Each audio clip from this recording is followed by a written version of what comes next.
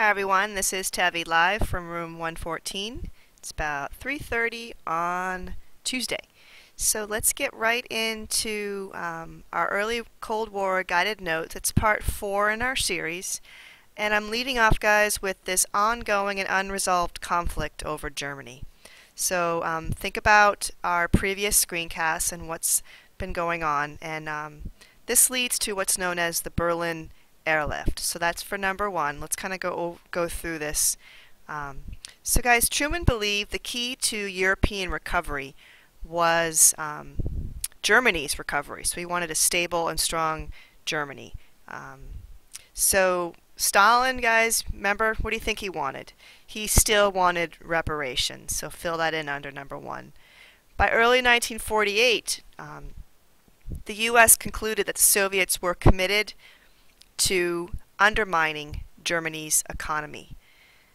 So what they did, guys, is they merged the 3 zones from the Allies into one.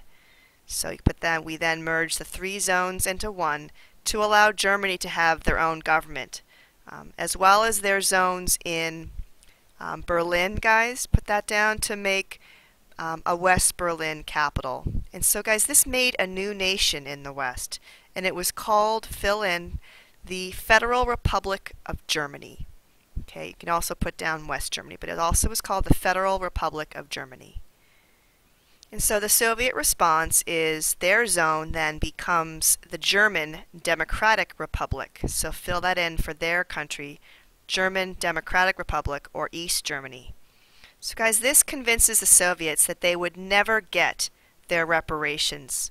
So they responded, fill in, guys, by cutting all road and rail traffic to West Berlin. So, trying to starve them out. Also, guys, think about the clip we saw in class on the Berlin Airlift, how, thousands of refugees from East Berlin were flooding into West Berlin to seek, freedom and economic opportunities. So let's go back to those guided notes, guys. So again, remember, they responded by cutting all road and rail traffic to West Berlin in late June of '48 in hopes that the U.S. would reconsider their decision for West Germany.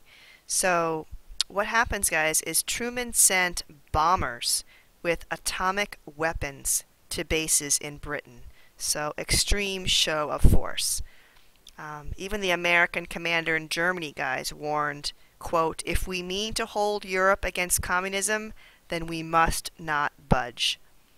So to avoid war with the Soviets and keep West Berlin alive, here's what Truman did.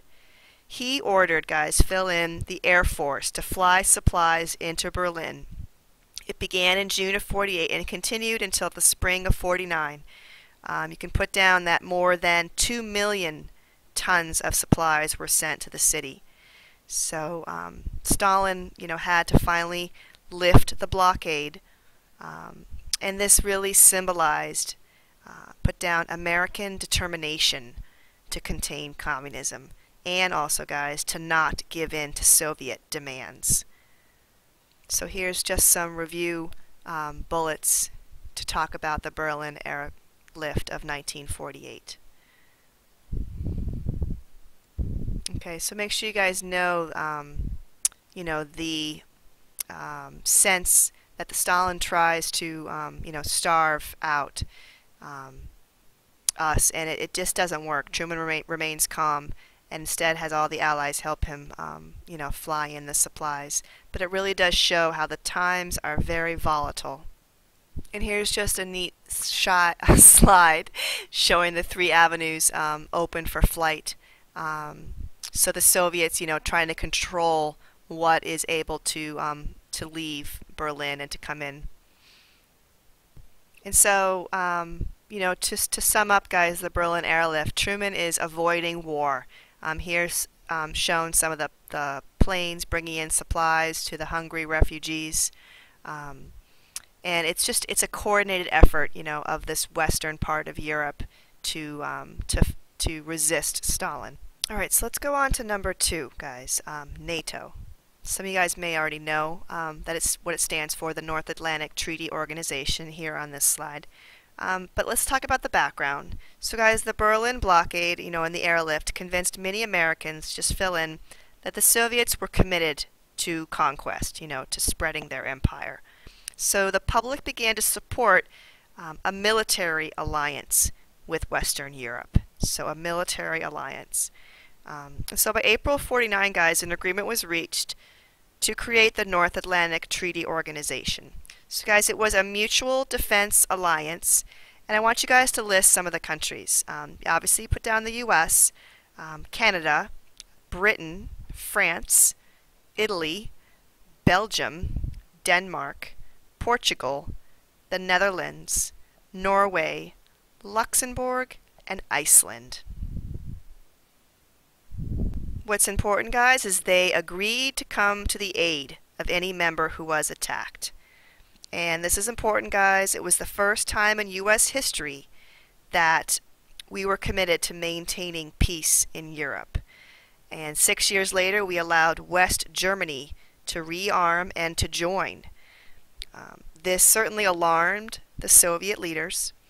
They responded by creating the Warsaw Pact, which was their version of a military alliance in Eastern Europe. And so to sum this up, guys, the Iron Curtain was now official. Alright, so we're almost done. Just here's some bullets to kind of give you some more information on NATO. It came from the Canadian Foreign Minister. Truman also, like FDR, wanted to prevent isolationism. And again, the overall objective, guys, until the early 90s is to deter, right, to prevent Soviet attacks against Western European countries. So here I had you guys list, some of the founding countries. So here's a nice map to show you the NATO countries. And the Soviet retaliation we talked about, the Warsaw Pact. By 1955, this is certainly established, and it does rival NATO. It offers membership and protection, and these countries should look familiar. That we've talked about these and the Iron Curtain. So it's really called the Communist Bloc for several decades. All right, guys, let's kind of finish up here. This slide is should certainly show you what's going on around the world and how we are interpreting it. This spread of communism, increasing paranoia at home and abroad. Our focus, guys, in the next few weeks will be where communism spreads from 1945 until 1950. So we see here China and Korea both face communist threats. These are some interesting theories. One being massive retaliation. This certainly is justifying our nuclear arms race. So it's certainly one approach, a form of deterrence. If you have more weapons, so an arms race begins. And then this is one we've already talked about, guys, the containment theory from George Kennan. So if we contain it, guys, communism needs to spread to survive, so it'll eventually die out. So guys, this leads to Truman's National Security Act. So this is number 3 on your guided notes, the second page. And I have the 4 points here just for you guys to fill in. So all armed forces, guys, fill in. We're under the Department of Defense now, which was controlled by the Secretary of Defense. So we're really trying to organize our military with this era of the Cold War. 2, guys, fill in. The Air Force is no longer under control of the Army. It's now a separate military entity. And think about, guys, why you think that is. 3, guys, formally authorizes, put down the CIA, Central Intelligence Agency. So think about why we have a need for this during the Cold War. And lastly, guys, the NSC is formed. Fill in, it's the National Security Council.